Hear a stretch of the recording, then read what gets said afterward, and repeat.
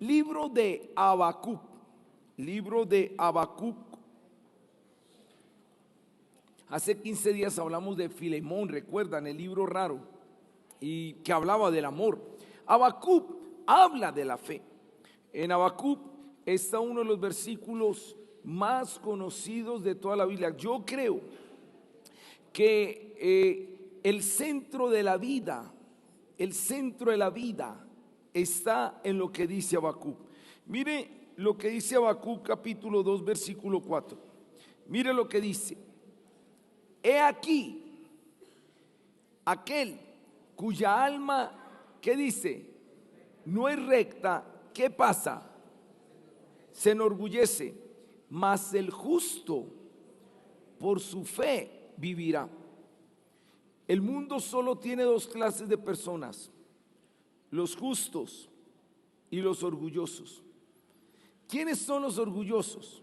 Son los que creen que pueden vivir sin Dios. Son los que creen que ellos tienen la vida solos.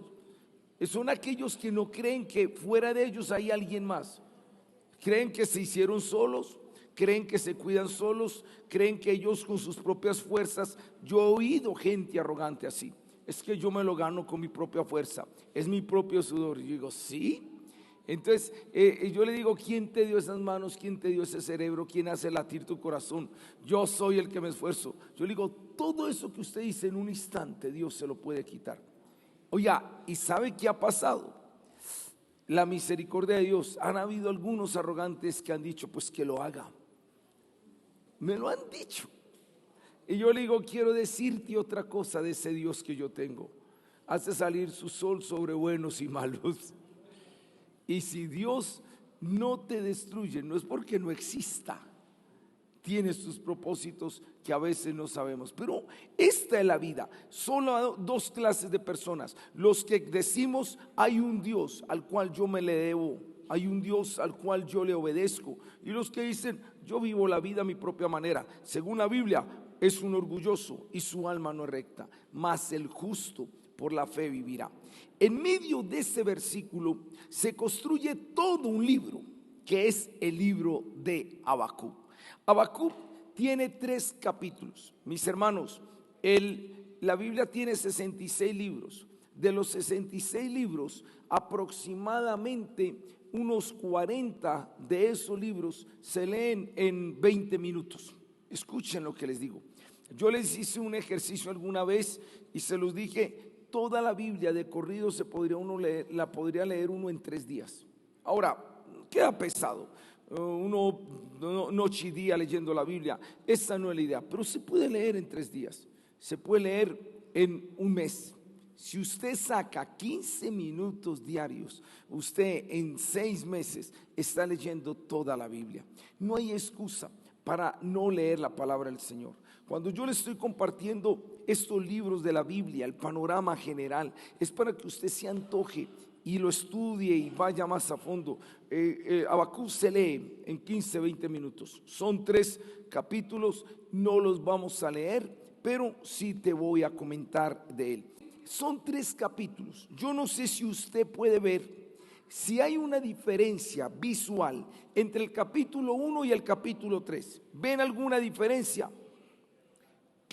¿Cuál es la diferencia? O sea, miren el capítulo 1 y el capítulo 3, o el capítulo 2 y el capítulo 3. El capítulo 3 visualmente en algunas Biblias es raro. La letra es diferente. Mire, no en todas está, pero en la mayoría, capítulo 1 y 2, esta es letra normal. Pero en el capítulo 3, la letra es como si fuera como un poema organizadita. En realidad, les tengo un datico, y ahí es donde se desprende todo el mensaje. Capítulo 1 y 2 está escrito en prosa, y capítulo 3 en poesía. Para los que ganaron español, saben que hay diferencia entre prosa y poesía. Prosa es lenguaje común, prosa es lenguaje usual, cotidiano. Esto lo que yo estoy diciendo es prosa. Pero poesía es ponerle al lenguaje métrica, organización, que suene bonito. Entonces les voy a poner un ejemplo de prosa y poesía. Yo en prosa les podría decir: sean agradecidos con lo que tienen. Cada cosa que ustedes tienen es una cosa para estar agradecidos. Esto es prosa, pero le voy a decir lo mismo en poesía, que me gusta mucho. Lloraba porque no tenía zapatos, hasta que vi un hombre que no tenía pies y era feliz. Frases bonitas. La poesía ya es frases, poemas, organización. Es muy lindo. No te pongas triste porque las rosas tienen espinas. Alégrate porque las espinas tienen rosas. Linda la poesía. Amorosísima Trinidad. Tú, yo, nosotros. 3 personas distintas y un solo amor verdadero. Me gusta mucho la prosa. De hecho, mis 2 primeros libros tienen que ver con frasecitas así. Entonces, ¿qué es? Capítulo 3 es poesía. Capítulo 1 y 2 es prosa. Así es el libro de Habacuc. Esa es la composición. Usted va a ver en el fondo como fiestica, como música, como cosas. Y es que el libro de Habacuc tiene una particularidad. Comienza en el capítulo 1 con razonamientos, letra R. Comienza el capítulo 1 con razonamientos. Viene al capítulo 2 y cuando él va al capítulo 2 ya no hay razonamientos, sino hay divinas respuestas. Y cuando termina en el versículo 3, él termina con un regocijo, con un canto. Escucha esto. Empieza razonando, Dios le responde y termina cantando. Ahí están los 3 puntos del libro de Habacuc: razonamientos, respuestas, regocijo. Déjeme, yo le digo algunas cosas por las cuales Habacuc empieza con razonamientos. Usted va a ver en letra chiquitica, ahí dice potenciadores. Por algunas razones, Habacuc tenía por qué razonar. Primero, el capítulo 3 no lo escribía cualquier persona. Para uno escribir el capítulo 3 en poesía, tenía que ser una persona preparada intelectualmente. No cualquiera escribía poesía en esa época. Hoy es más fácil, pero en esa época no era fácil escribir poesía. Se cree que Habacuc era una persona intelectualmente preparada, muy analítica. Y a veces hay un problema con los cabezones analíticos. ¿Sabe cuál es el problema con los cabezones analíticos? Cuestionan todo. ¿Y por qué Dios existe? Y esto porque me fascina la fe de los niños. Eso que hizo el pastor Pedro era una fe de niño. Era una fe de niño. Imagínense, tocándose el hueco ahí: estoy sano, estoy sano. Esa es la fe del niño. La fe del adulto: no haga la fila, está haciendo un ridículo. Y Jesús dijo: si no se vuelven como niños, no pueden entrar al reino de los cielos. Me gusta mucho una ilustración que escuché alguna vez. En una aldea había una escasez de lluvia, y el pastor convocó a todos los de la aldea a orar. Y traigan y ayunen por la oración, y ayunen para orar, vengan a orar. Y todos estaban reunidos en la reunión de oración. Y en esa multitud de que todos están orando había un niño. ¿Y sabe qué tenía el niño? Una sombrilla.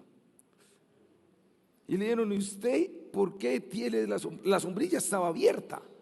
Y le dicen: ¿y usted por qué tiene la sombrilla abierta? Pues por el aguacero que va a venir. ¿Qué está mostrando? Él tenía más fe que todos los otros. Señor, danos lluvias el día. Yo me llevo la sombrilla porque es el aguacero que viene. Qué linda es la fe. El reino de los cielos, si no nos volvemos como niños en la fe, no lo podremos arrebatar. Entonces, entre más intelectual se vuelven, más razonan. Y Habacuc parecía que tenía un entrenamiento intelectual, pero segundo, él era profeta. Aquí hay personas que son profetas, tienen no solo el don de profecía, sino son el ministerio profético. Y yo sé que el profeta ve cosas que no ve el común. Yo sé que cuando el profeta el profeta siente el corazón de Dios, el profeta ve el pecado, el profeta ve el error de los tiempos y todo el mundo está tranquilo y el profeta, aquí hay algo que no está funcionando bien.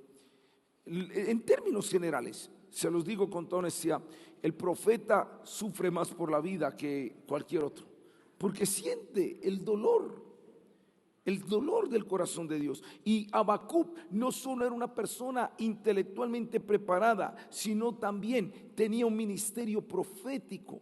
Pero hay una teoría muy fuerte, y usted puede anotar segundo libro de Reyes 4:34, y dicen en segundo libro de Reyes 4:34 es cuando Eliseo resucitó al niño de la viuda. En época histórica coincide. Muchos creen que Habacuc fue ese niño que resucitaron. O sea que Habacuc, él era un hombre marcado por muchas cosas y él tenía su naturaleza profética, su naturaleza intelectual, pero le viene algo tremendo. Habacuc estaba viendo a las puertas el cautiverio. Se le llama profetas del que profetizaron el cautiverio. Habacuc fue destinado a decirle y a ver que venía Nabucodonosor con su ejército babilónico a invadir a Israel, a quemar el templo, a violar sus mujeres, a matar los ancianos, a saquear el templo y robarse las cosas, a llevarse a los príncipes. Él, como profeta, había ya visto eso. Él sentía lo que venía para el pueblo de Dios. Se imagina cómo podría estar él. Él veía el gigante Nabucodonosor que venía invadiendo un país, otro. Y uno entrevistaría a Habacuc y dice: sigue Israel. A Israel le van a quitar su riqueza, nos van a matar a Israel. ¿Y por qué, Habacuc? Hemos pecado, hemos fallado a Dios y va a cumplirse lo que fue Jeremías. Por eso lo llaman el profeta llorón. Y voy a hablar de Lamentaciones también. Es interesante. Jeremías profetizó el cautiverio. Parte del libro de Isaías profetizó el cautiverio. Habacuc profetizó el cautiverio. Eran aves de mal agüero para Israel. Viene lo peor, viene lo más difícil. Y él, en todo ese contexto, empieza a razonar. Miren los razonamientos. Capítulo 1, versículo 2. De hecho, todos los libros de la Biblia comienzan: palabra de Jehová que vino a. Pero ese no comienza así. No dice palabra de Jehová que vino a, sino la profecía que vio el profeta Habacuc. En griego está la palabra mashá. Hay dos palabras. Devar Jehová es palabra de Dios que viene a. Devar Jehová. O la otra en hebreo es la mashá Jehová. ¿Sabe qué significa la mashá? Carga. La carga que vio el profeta Habacuc. El mal que vio el profeta Habacuc. Y mira cómo comienza el libro de Habacuc. No comienza con así dice el Señor, sino un hasta cuándo, oh Jehová, clamaré y no oirás, y daré voces a ti a causa de la violencia y no salvarás. No comienza con una palabra, sino con una pregunta. Y la pregunta le está diciendo: ¿hasta cuándo, Dios? Yo te clamaré y no me oirás. Pero viene una segunda pregunta: ¿por qué me haces ver iniquidad y haces que vea molestia? Ya le dije lo que él veía. Él sentía el peligro que venía, él sentía el mal que venía. Y él dice: ¿por qué me haces ver esto? ¿Y hasta cuándo yo clamaré y no responderás? Y sigue leyendo: destrucción y violencia están delante de mí, y pleito y contiendas se levantan, por lo cual la ley es debilitada y el juicio no sale según la verdad, por cuanto el impío asedia al justo, por eso sale torcida la justicia. ¿Quiénes estaban ganando en los tiempos de Habacuc? ¿Los justos o el impío? El impío. Él dice: Señor, ¿por qué yo clamo no me respondes? ¿Por qué me haces ver la molestia? ¿Y por qué veo que los justos se están perdiendo y los malos están ganando. Y mira lo que dice el 12. ¿No eres tú desde el principio, oh Jehová Dios mío, santo mío? No moriremos, oh Jehová, para juicio lo pusiste, y tu roca lo fundaste para castigar. Muy limpio eres de ojos para ver el mal, ni puedes ver el agravio. ¿Por qué ves a los menospreciadores y callas cuando destruye el impío al más justo que él? ¡Ay! Él dice: Señor, usted no puede decir que es muy bueno, usted no puede decir que es muy justo. Si es bueno y justo, ¿por qué permite que el ejército de Babilonia, que son idólatras, que son paganos, que son totalmente ajenos a ti, nos vayan a ganar a nosotros, que somos disque tu pueblo? Y él dice: ¿por qué permites que el impío destruya al más justo?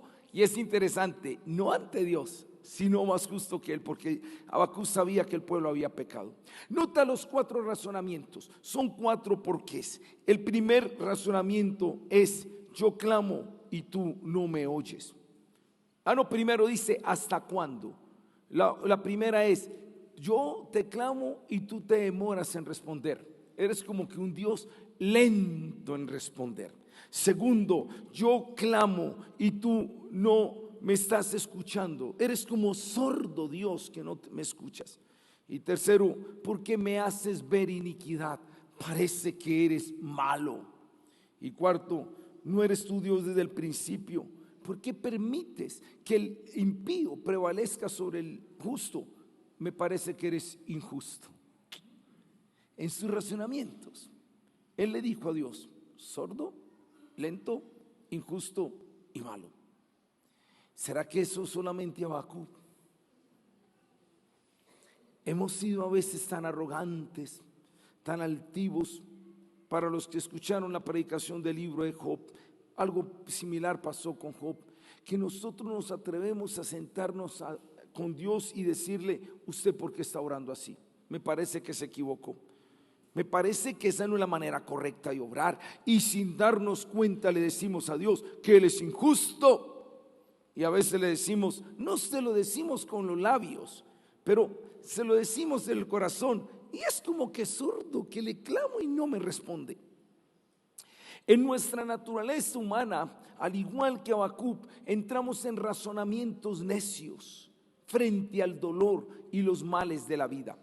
En el caso de Job era un mal y un dolor personal. En el caso de Habacuc era un mal nacional que venía, el cautiverio. Y ante ese dolor él empieza a razonar y a decir: ¿por qué esto? ¿Por qué esto? Ese es el capítulo 1. Pero ¿sabe? En el capítulo 2 sucede algo muy lindo. Y en el capítulo 2, empieza Dios. Mira lo que dice Habacuc en el capítulo 2. Hay algo lindo. En medio de los razonamientos, Habacuc hizo algo lindo. Sobre mi guarda, 2:1, sobre mi guarda estaré, y sobre la fortaleza afirmaré el pie, y velaré para ver lo que se me dirá y qué he de responder tocante a mi queja.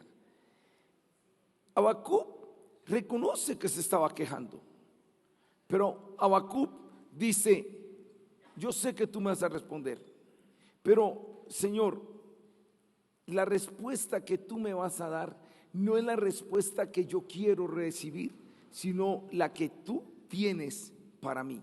Por eso él dice: ¿qué he de responder? Él no dice: Señor, espero tu respuesta. No, Señor, hable y a ver yo qué respondo. Él está dispuesto a recibir. ¿Y sabes qué significa sobre mi guarda estaré?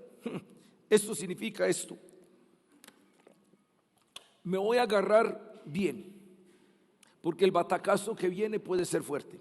Eso es, sobre mi guarda estaré. Sobre mi guarda estaré y sobre la fortaleza firmaré mi pie.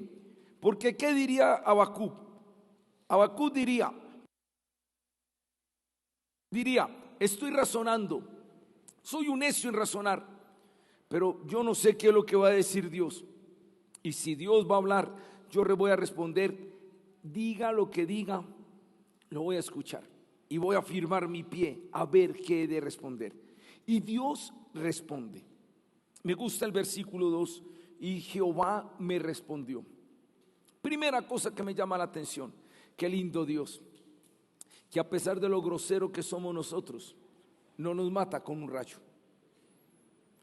Yo, siendo Dios, yo diría, este grosero, atrevido, alzado, disque sordo, se muere. Dios no es así, gracias a Dios. Yo una vez decía a alguien, menos mal yo no soy Dios, porque yo hubiera acabado con medio mundo, hasta conmigo mismo hubiera acabado.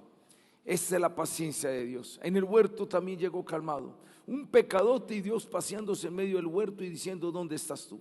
Aquí Dios responde, no manda un rayo al grosero Habacuc, al que estaba razonando, ¿dónde estás tú? ¿Hasta cuándo velaré? Dios responde, y Jehová me respondió. ¿Y qué dice Dios? Escribe la visión y declárala en tablas, para que corra el que leyere en ella.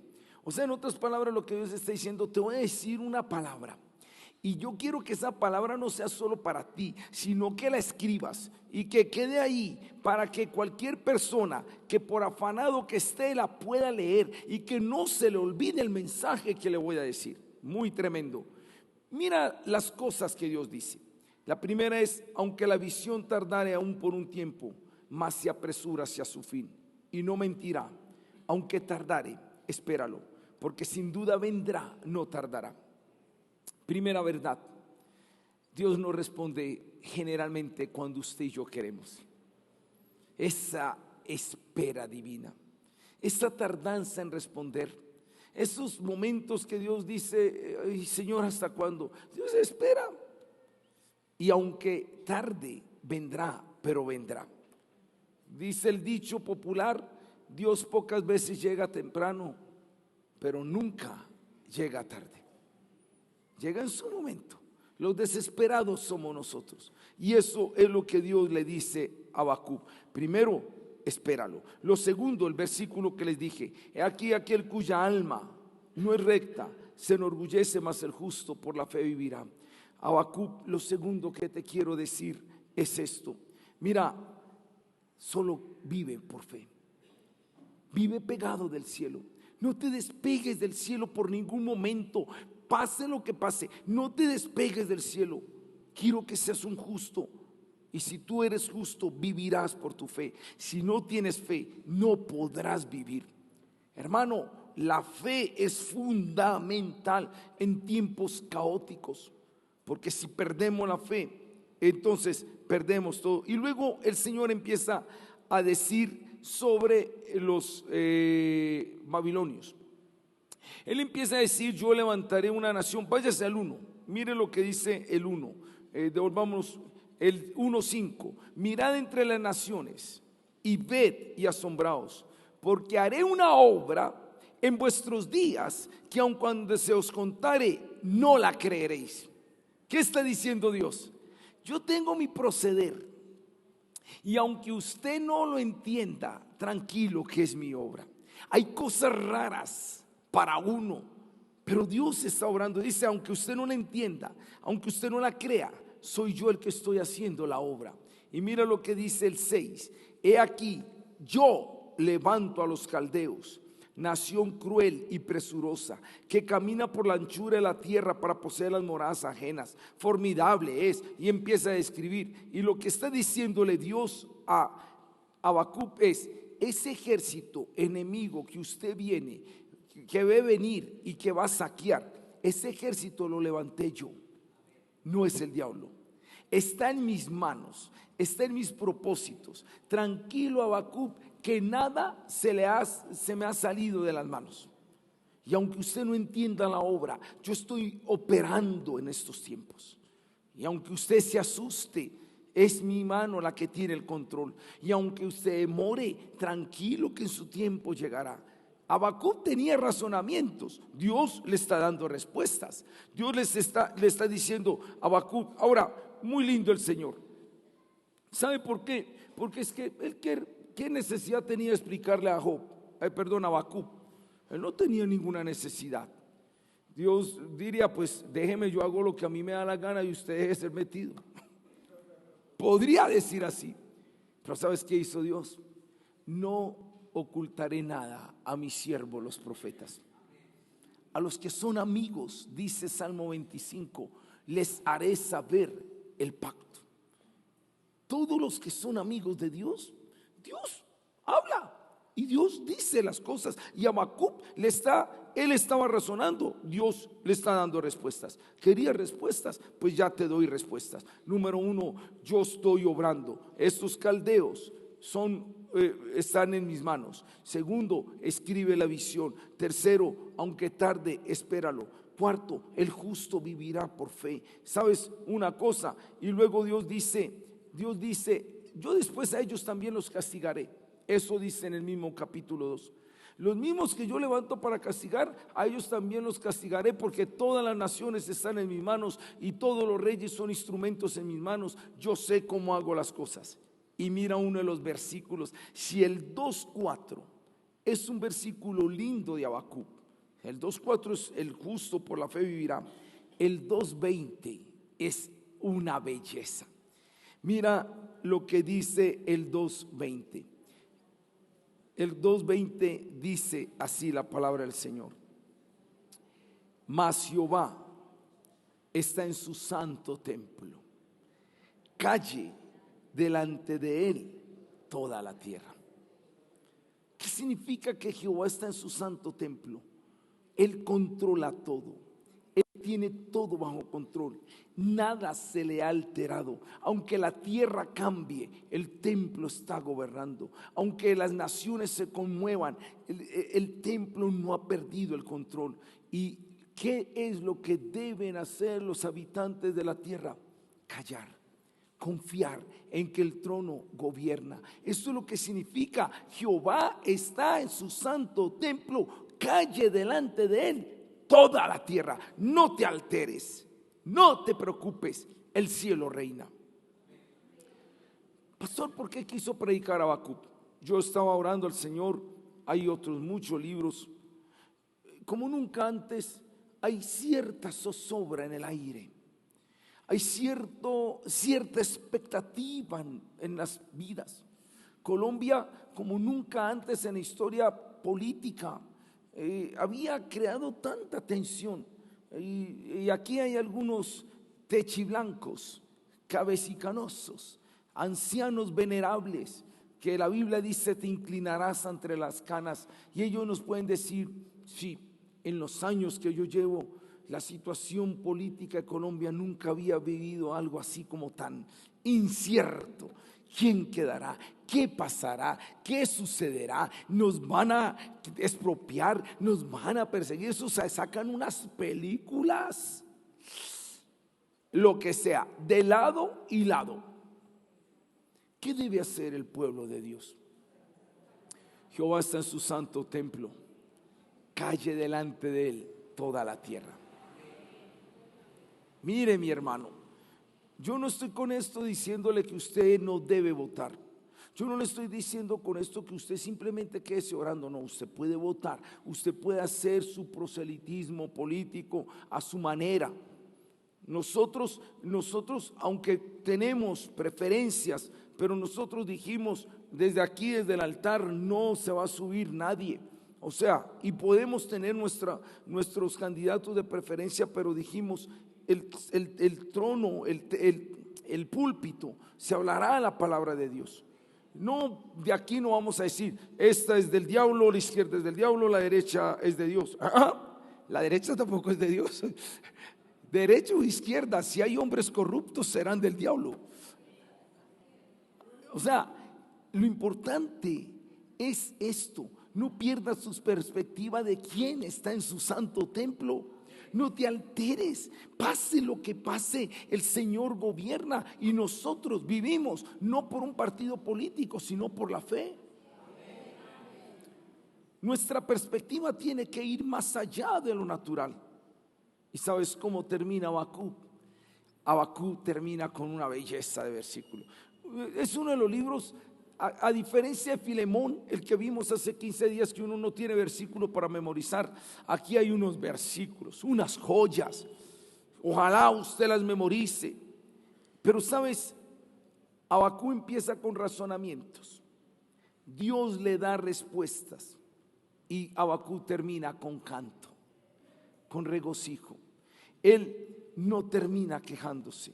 Y en su canto hay 4 cosas que quiero resaltar para terminar. La primera, él empezó con una queja y termina con una oración. Dice el versículo 1, oración del profeta Habacuc: ora más y quéjate menos. Y no son oraciones de queja, porque es que algunos sí oran pero para quejarse, no.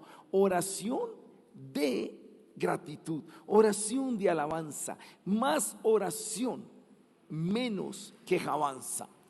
Y él empieza en una oración y mira cómo termina la oración, cómo es: oh Jehová, he oído tu palabra y temí. Oh Jehová, aviva tu obra en medio de los tiempos. En medio de los tiempos, hazla conocer. En la ira, acuérdate la misericordia. ¿Qué es lo que debe orar la iglesia? Aviva tu obra, aviva tu iglesia, que como nunca antes la iglesia brille, alumbre, muestre el amor del Señor. No me interesa, créame, pase lo que pase en Colombia, aviva tu obra. Me preocupa, cristianos, reprendiendo el diablo aquí, reprendiendo el diablo aquí, peleando entre ellos, es que yo soy de estos y todo. No nos distraigamos. Estos son asuntos de la tierra. Nosotros andamos por asuntos del cielo y a nosotros, literalmente, que nos conviene uno más que el otro, sí, que nos conviene uno más que otro, pero el mundo no va a estar determinado por el que esté aquí. El mundo va a estar determinado por el que está en el santo trono y gobierna. Y el mundo no lo va a cambiar un político, el mundo lo cambia la iglesia avivada. El mundo lo cambia cuando hay evangelismo, cuando hay discipulado, cuando hay amor entre nosotros. Esa debe ser nuestra oración. Yo le oro al Señor: aviva tu obra en medio de los tiempos. Que Colombia merece la ira de Dios. Sí. Hemos pecado. Yo tengo personas muy cercanas a mí que trabajan son trabajadoras sociales en bienestar familiar. Los horrores que me cuentan de lo que ocurre día a día en nuestra nación Colombia. Mamás que alquilan niñas de 3 años para que los tipos del barrio las manoseen, para que las violen. Esto ocurre en nuestra Colombia. Pecados horribles. Merecemos la ira de Dios. Pero ¿cuál es la oración de la iglesia? En medio de los tiempos, aviva tu obra, y en la ira, acuérdate la misericordia. Esa debe ser nuestra oración, mis hermanos. Lo segundo que dice Habacuc en su canto, y es muy tremendo, porque entonces luego él empieza a decir en el 17: aunque la higuera no florezca, ni en las vides haya fruto, aunque falte el producto del olivo, y lo labrado no dé mantenimiento, y las ovejas sean quitadas de la majada, y no haya vacas en los corrales. ¿Tú sabes qué significa eso para un pueblo cuya economía era agrícola? Ellos eran agricultores, ellos eran ganaderos. ¿Qué iba a hacer Babilonia? Babilonia les iba a quitar las ovejas, Babilonia les iba a quitar los ganados, Babilonia se le iba a llevar los cultivos, Babilonia les iba a afectar la economía de la que vivían. ¿Y sabes qué dice Habacuc en canto?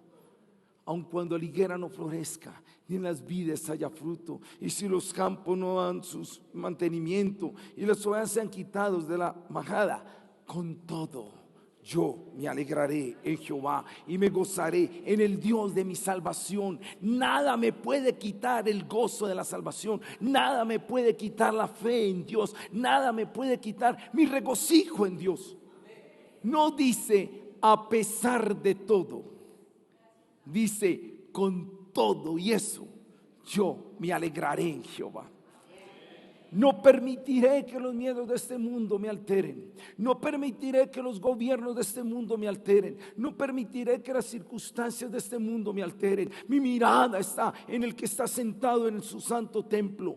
Yo callo delante de él y no hago queja, sino alabanza, oración, poesía.